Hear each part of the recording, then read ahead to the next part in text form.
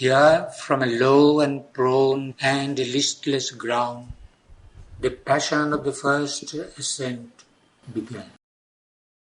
A moon-bright face in a sombre cloud of hair, a woman sat in a pale, lustrous robe.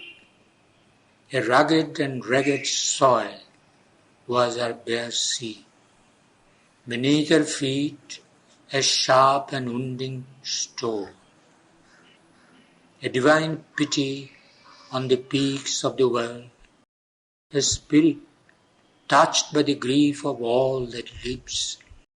She looked out far and saw from in her mind this questionable world of outward things, of false appearances and plausible shapes.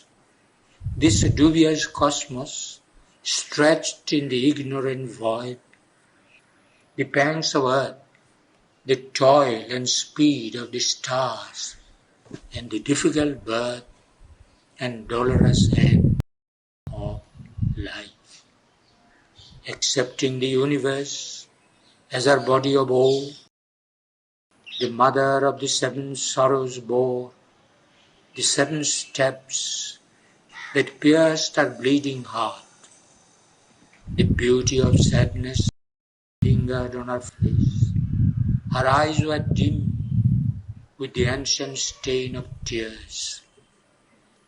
Her heart was riven with the world's agony and burdened with this sorrow and struggle in time. An anguished music trailed in her rapt voice. Absorbed in a deep compassion's ecstasy, lifting the mild ray of her patient gaze, in soft, sweet, training words, slowly she spoke. O Savitri, I am thy secret soul. To share the suffering of the world I came. I draw my children's pangs into my breast. I am the nurse of the dolor beneath the stars. I am the soul of all who wailing ride under the ruthless arrow of the gods. I am woman, nurse and slave and beaten beast.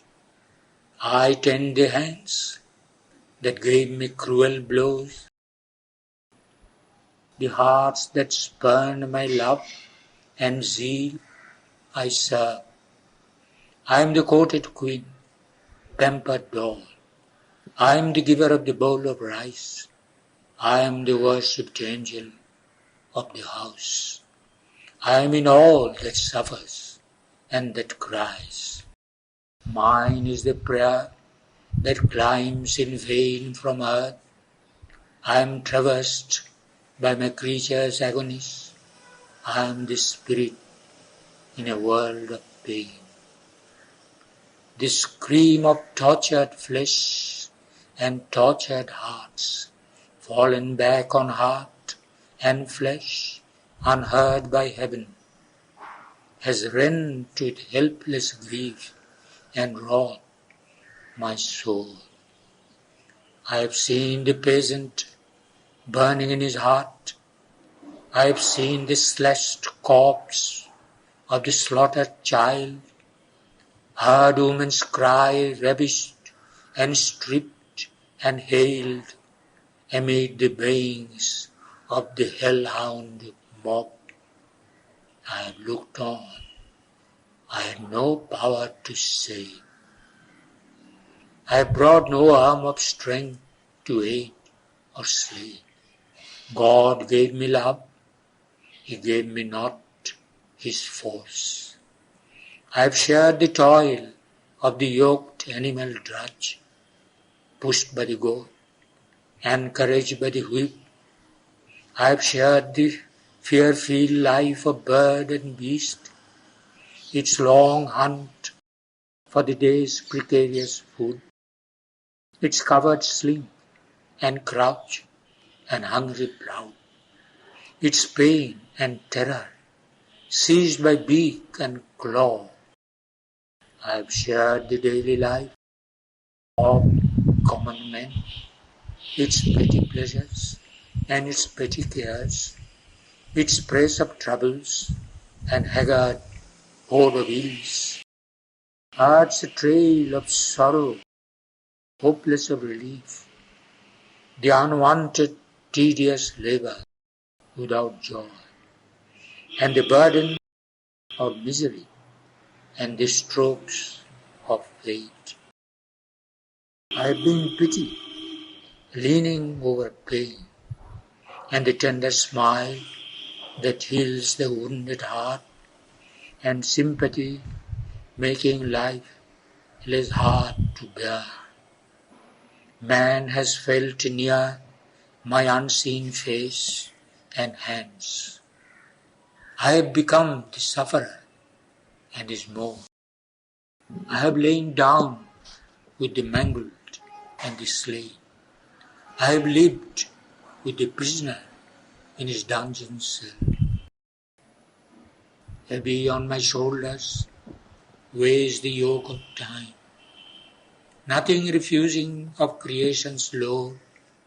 I have borne all, and know I still must bear. Perhaps when the world sinks into a last sleep, I too may sleep in dumb, eternal peace. I have borne the calm indifference of heaven, watched nature's cruelty to suffering things, while God passed silent by, nor turned to help. Yet have I cried not out against his will. Yet have I not accused his cosmic law. Only to change this great, hard world of pain, a patient prayer has risen from my breast. A pallid resignation lights my brow.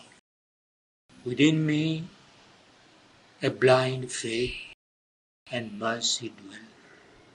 I carry the fire that never can be quenched, and the compassion that supports the suns. I am the hope that looks towards my God who never came to me till now. His voice I hear, that ever says, I come. I know that one day he shall come at last. She ceased, and like an echo from below, answering her pathos of divine complaint, a voice of wrath took up the dire refrain. A growl of thunder or roar of angry beast, the beast that crouching growls within man's depths. Voice of a tortured titan once a god. I am the man of sorrows. I am he who is nailed on the white cross of the universe. To enjoy my agony, God to build the earth. My passion he has made his drama's theme. He has sent me naked into his bitter world and beaten me with his rods of grief and pain, that I might cry and grovel at his feet and offer him worship with my blood and tears. I am Prometheus under the vulture's beak. Man is the discoverer of the undying fire. In the flame he kindled, burning like a moth. I am the seeker who can never find. I am the fighter who can never win. I am the runner who never touched his goal. Hell tortures me with the edges of my thought. Heaven tortures me with the splendor of my dreams. What profit have I of my human soul? I toil like the animal die. I am man the rebel, man the helpless serf. Fate and my fellows cheat me of my wage. I loosen with my blood my servitude's seal, and shake from my aching neck the oppressor's knees, only to seat new tyrants on my back. My teachers lesson me in slavery. I am shown God's stamp and my own true signature upon this sorry contract of my faith. I have loved, but none has loved me since my birth. My fruit of works is given to other hands. All that is left to me is my evil thoughts, my sordid quarrel against God and man, envy of the riches that I cannot share, hate of a happiness that is not mine. I know my fate will ever be the same. It is my nature's work that cannot change. I have loved for mine, not for the beloved's sake. I have loved for myself and not for others' lives. Each in himself is sold by nature's law, for God has made his harsh and dreadful world. So has he built the petty heart of man. Only by force and use can man survive. For pity is a weakness in his breast, his goodness is a laxity in the nerves, his kindness an investment for return. His altruism, his ego's other face. He serves the world that him the world may serve. If once the Titan strength could wake in me, if Enceladus from Etna could arise, I then would reign the master of the world, and like a god enjoy man's bliss and pain. But God has taken from me the ancient force. There is a dull consent in my sluggish heart, a fierce satisfaction with my special pangs, as if they made me taller than my kind. Only by suffering can I excel. I am the victim of tightening wills. I am the doer of demoniac deeds. I was made for evil. Evil is my lot. Evil I must be, and by evil live. Naught other can I do, but be myself. What nature made me, that I must remain. I suffer and toil and weep.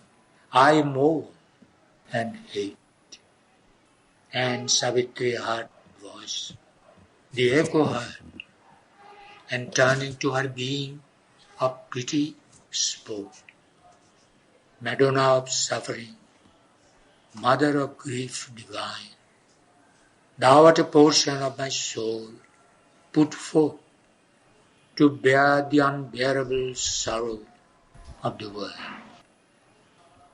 Because thou art, men yield not to their doom, but ask for happiness and strive with fate. Because thou art, the wretched still can hope, but thine is the power to solace, not to save. One day I will return, a bringer of strength, and make thee drink from the Eternal's cup. His streams of force shall triumph in their limbs, and wisdom's calm control thy passionate heart. Thy love shall be the bond of humankind. Compassion, the bright king of nature's acts. Misery shall pass abolished from the earth. The world shall be freed from the anger of the beast, from the cruelty of the titan and his path. There shall be peace and joy forevermore. On passed she in her spirit's upward route, an ardent grandeur climbed mid ferns and rocks, a quiet wind flattered the heart to warmth, a finer perfume breathed from slender trees. All beautiful grew, subtle and high and strange. Here, on a boulder, curved like a huge throne, a woman sat in gold and purple sheen, armed with the trident and the thunderbolt, her feet upon a couchant lion's back. A formidable smile curved round her lips, heaven fire laughed in the corners of her eyes. Her body, a mass of courage and heavenly strength, she menaced the triumph of the nether gods. A halo of lightnings flamed around her head, and sovereignty, a great sister zoned her robe, and majesty and victory sat with her, guarding in the wide cosmic battlefield against the flat equality of death and the all-leveling insurgent night, the hierarchy of the ordered powers, the high changeless values, the peaked eminences, the privileged aristocracy of truth, and in the governing ideals sun, the triumvirate of wisdom, love, and bliss, and the sole autocracy of the absolute light. August on a seat in the inner world of mind, the mother of might looked down on passing things, listened to the advancing tread of time, saw the irresistible wheeling of the suns, and heard the thunder of the march of God. Amid the swaying forces in their strife, sovereign was her word of luminous command, her speech like a war cry rang or a pilgrim chant. A charm restoring hope in failing hearts aspired the harmony of her puissant voice. O Savitri, I am thy secret soul. I have come down into the human world, and the movement watched by an unsleeping eye, and the dark contrariety of earth's fate, and the battle of the bright and somber powers. I stand upon earth's paths of danger and grief, and help the unfortunate, and save the doomed. To the strong I bring the guerdon of their strength, to the weak I bring the armor of my force. To men who long I carry their coveted joy. I am fortune, justifying the great and wise by the sanction of the plaudits of the crowd, then trampling them with the armed heel of fate. My ear is leaned to the cry of the oppressed. I topple down the thrones of tyrant kings. A cry comes from proscribed and hunted lives, appealing to me against the pitiless world, a voice of the forsaken, and desolate, and the lone prisoner in his dungeon cell.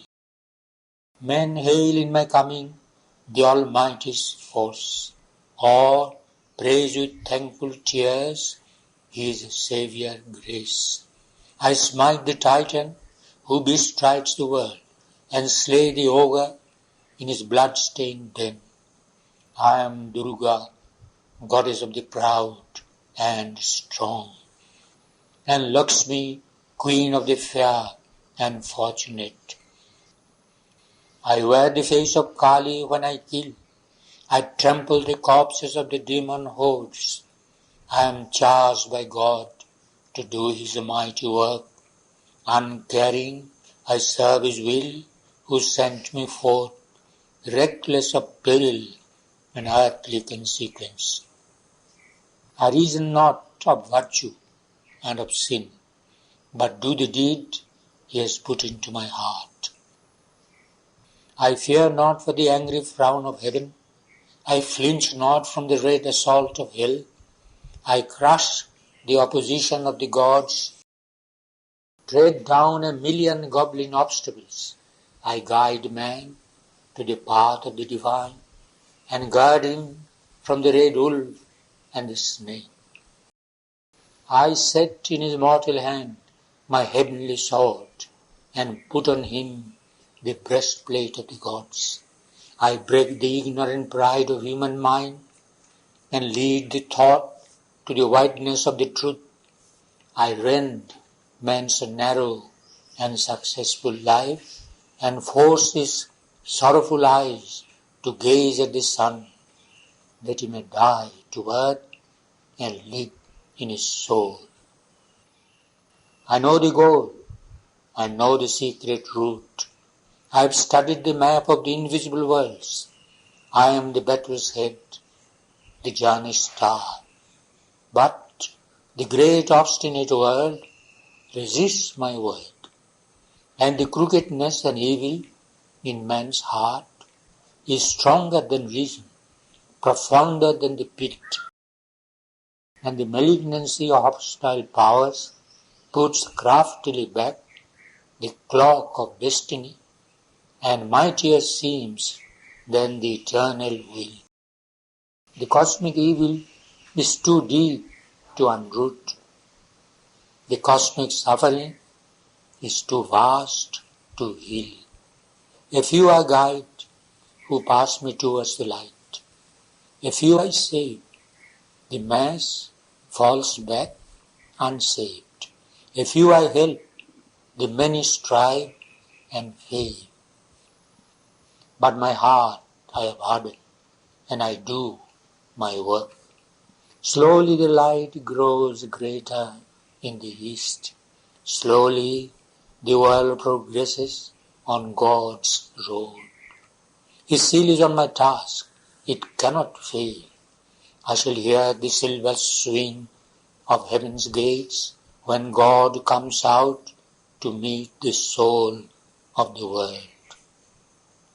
She spoke, and from the lower human world, an answer, a warped echo, met her speech.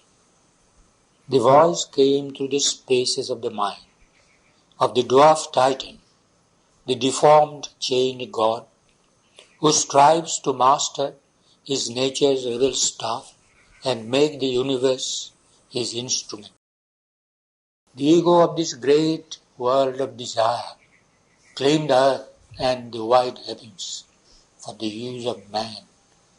Head of the life it shapes on earth, its representative and conscious soul and symbol of evolving light and force, and vessel of the Godhead that must be. A thinking animal, nature's struggling lord, has made of her his nurse and tool and slave, and pays to her as wage and emolument inescapably by a deep law in things, his heart's grief and his body's death and pain. His pains are a means to grow, to see, and feel his death assists our immortality. A tool and slave of his own slave and tool, he praises his free will and his master mind, and is pushed by her upon her chosen paths. Possessor, he is possessed, and ruler, ruled. Her conscious automaton, her desires due. His soul is her guest, a sovereign mute in earth, his body her robot, his life her way to live. His conscious mind, her strong, revolted serve. The voice rose up and smote some inner sun. I am the heir of the forces of the earth. Slowly I make good my right to my estate. A growing Godhead in a divinized mud I climb, a claimant to the throne of heaven.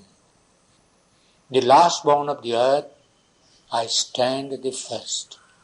Her slow millenniums waited for my birth. Although I live in time, besieged by death, precarious owner of my body and soul, housed on a little speck amid the stars, for me and my use, the universe was made. Immortal spirit in the perishing clay, I am God still unevolved in human form. Even if he is not, he becomes in me. The sun and moon are lights upon my path. Air was invented for my lungs to breathe, conditioned as a wide and wall-less space for my winged chariot's wheels to cleave a road. The sea was made for me to swim and sail and bear my golden commerce on its back. It loves, cloven by my pleasures, gliding keel.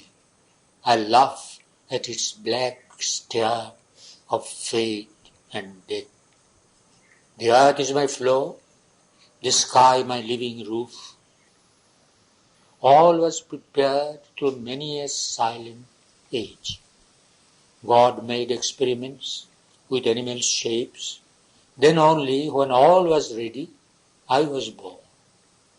I was born weak and small and ignorant, a helpless creature in a difficult world, travelling through my brief years with death at my side. I have grown greater than nature, wiser than God.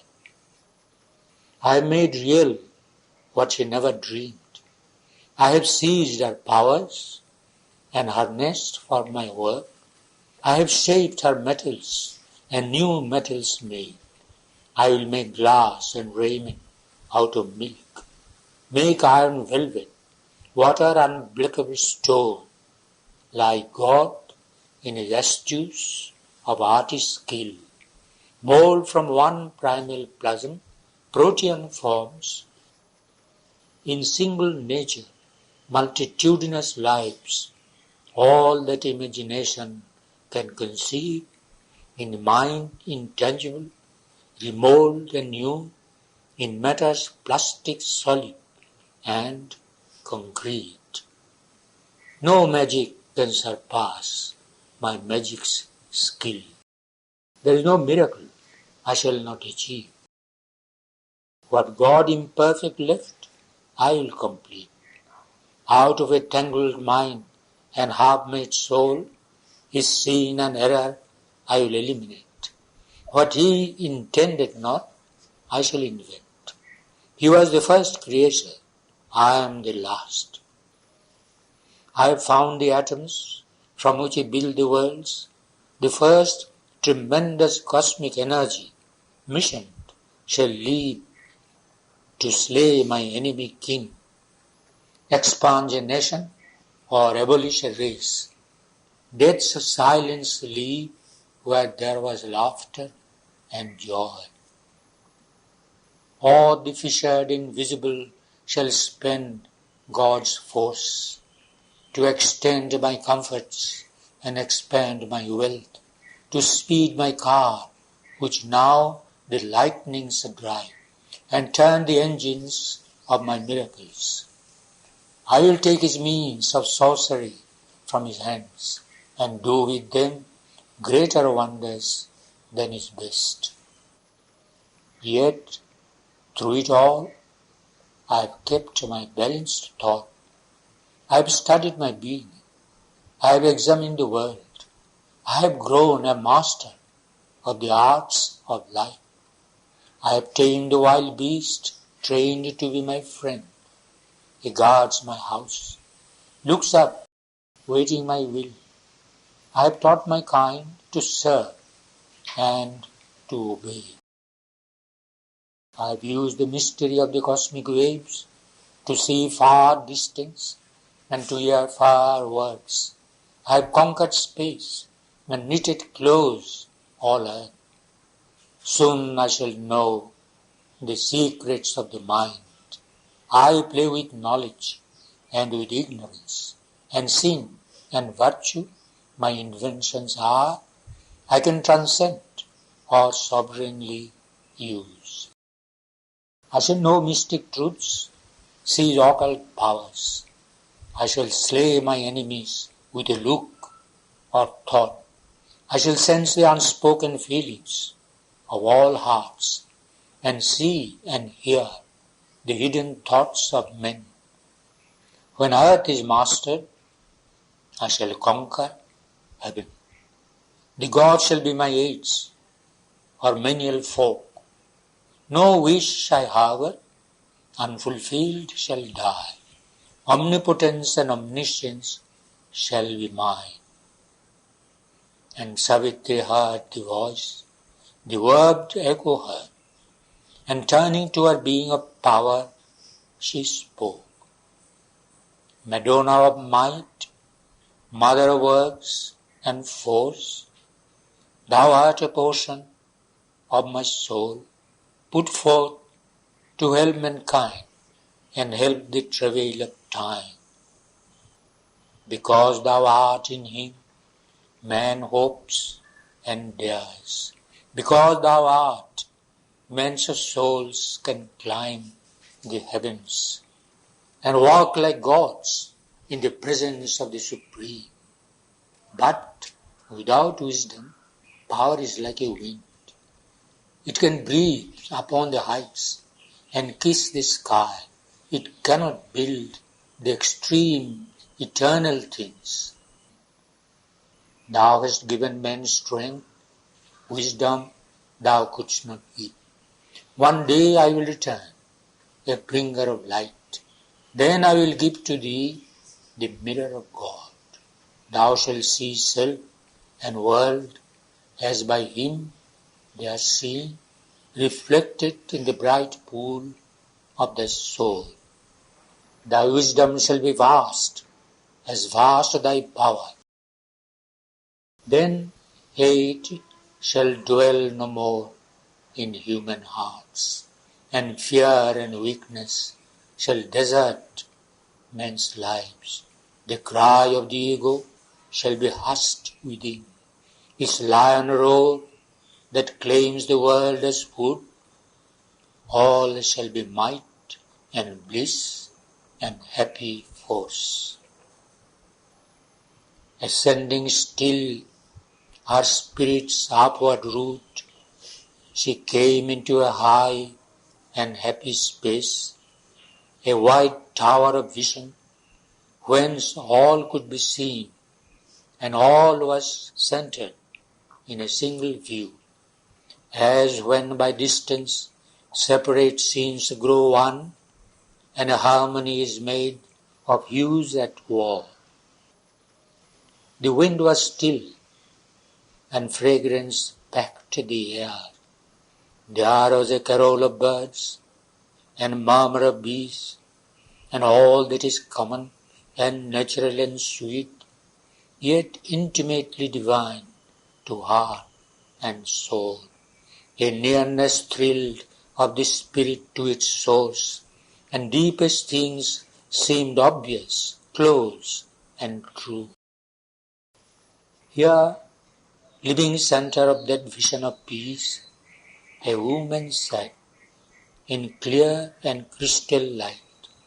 Heaven had unveiled its luster in her eyes. Her feet were moonbeams. Her face was a bright sun. Her smile could persuade a dead, lacerated heart to live again and feel the hands of calm.